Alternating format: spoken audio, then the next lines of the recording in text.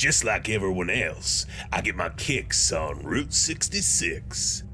I stabbed Stacy in Springfield, Missouri, hung Harriet in Hackberry, Arizona, and bludgeoned Betty in Bristow, Oklahoma. His bloody footprints were the only evidence that a crime had even taken place. Now, if we could only figure out why they were on the ceiling. When you live on the farm, it's easy to rid yourself of annoying neighbors. That's how we come about having the fattest pigs in the county.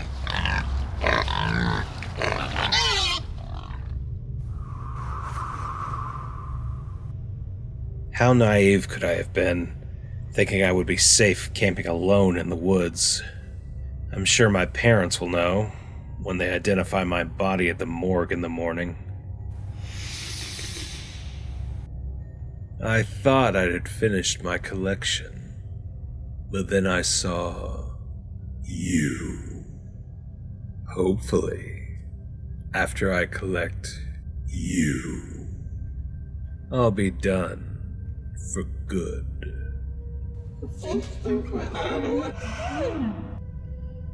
Last month, I bought my son a small stuffed clown at the circus, and it seems to be getting a little bigger every day. Today, when I opened the door to his room, that same clown stood just beyond the door, staring at me, eye to eye.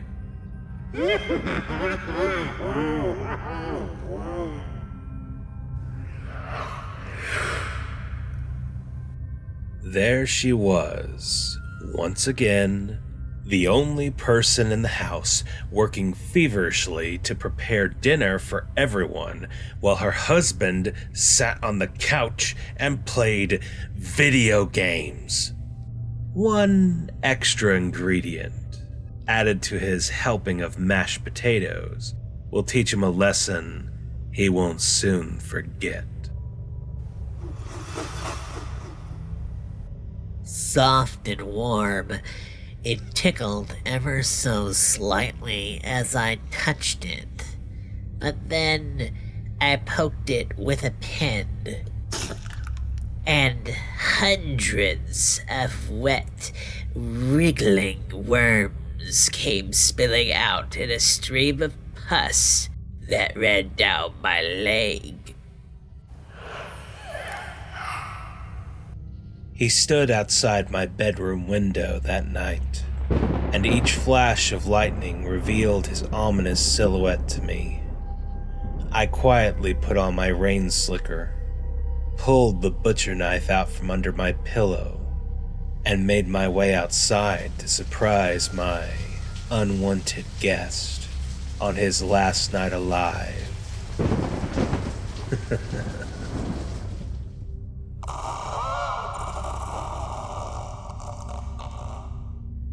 My grandma always used to tell me that I had the gift of sight.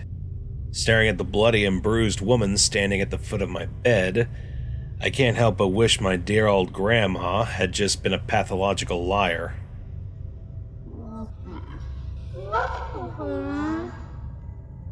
He checked into the motel for yet another night of pleasure that didn't include his wife. Unbeknownst to him, it did include her, as she was lying in wait in the back seat of his car, clutching the biggest knife from their kitchen.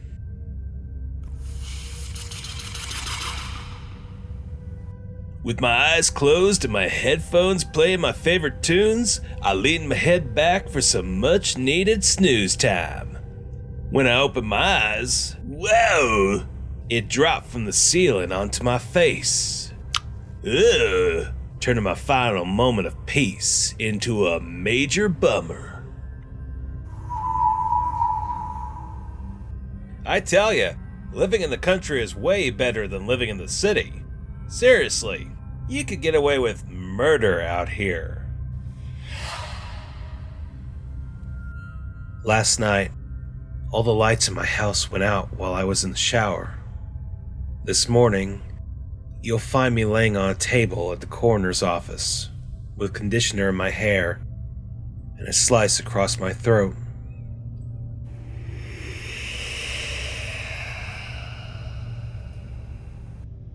No matter how much I twist or tug with my hands, they just won't pop off. No worries, though. My chainsaw never lets me down.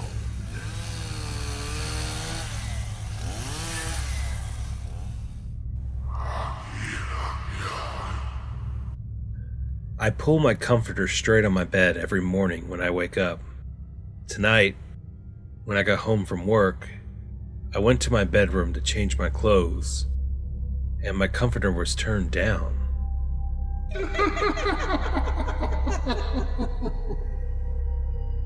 They say people never change.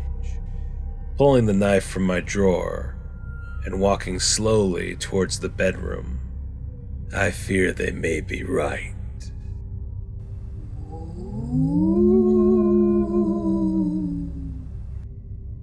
I reached down in the water to grab the fish that was pulling tight on my line, but when I wrapped my hand around with no fish, it was a hand just like mine, except gray, bloated, and slimy.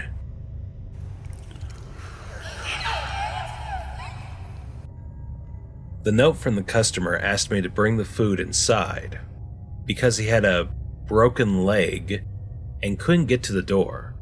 If only I wasn't so nice, I would have made it home that night.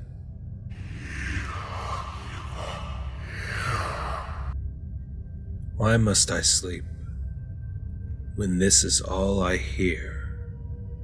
You can kick, and you can scream, but die you must within this dream.